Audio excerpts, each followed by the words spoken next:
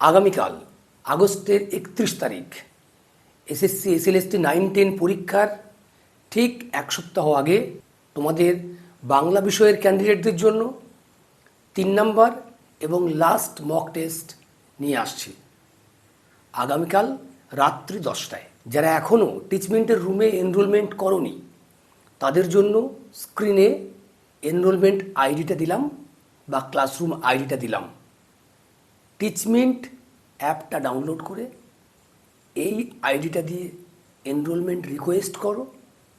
Enrolment request করার ঘণ্টাখানেকের মধ্যেই approve হয়ে যাবে এবং অ্যাপে এই ক্লাসরুমে ঢুকে টেস্ট সেকশনে গিয়ে তোমরা মক টেস্টটা আগামীকাল রাতে দিতে পারবে। 10টা থেকে শুরু করে পরের দিন সকাল পর্যন্ত যে কোনো সময় তোমরা পরীক্ষাটা দিতে পারবে।